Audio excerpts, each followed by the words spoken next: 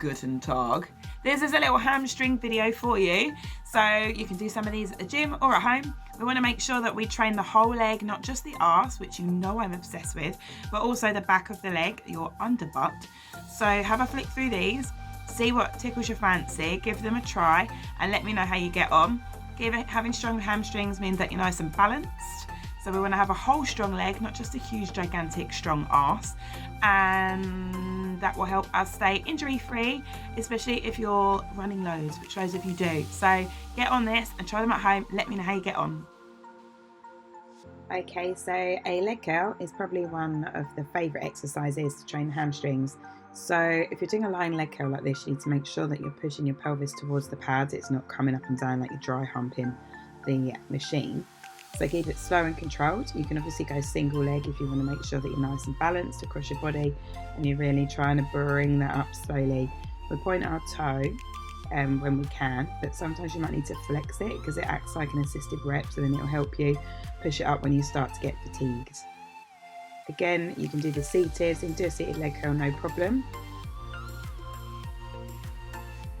A leg curl can also be done using something like this, like a Swiss ball or on a TRX, something like that. So you're basically performing a glute bridge and then dragging the ball in nice and slowly. So the idea is to keep the body relatively still, squeezing into those hamstrings.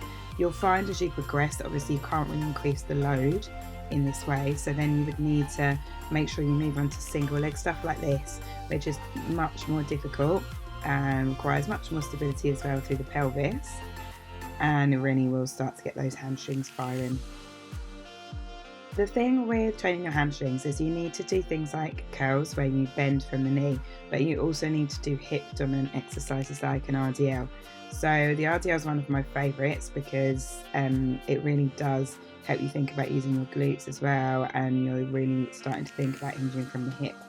So this is a barbell version, and then you've also got a dumbbell version, which is totally cool too. You can do staggered RDLs, which we've covered on different videos, and you can also move into single leg work.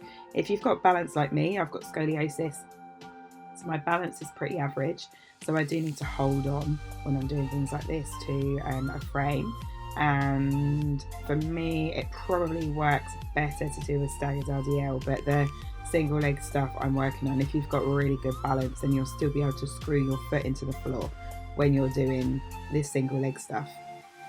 There are other ways to train the hamstrings, so like this glute ham raise is pretty cool. So again, you're thrusting your pelvis into the bench, round your back over as much as you can so that you are taking out the work of your back, and so then it's solely focused on your hamstrings and some of your glutes.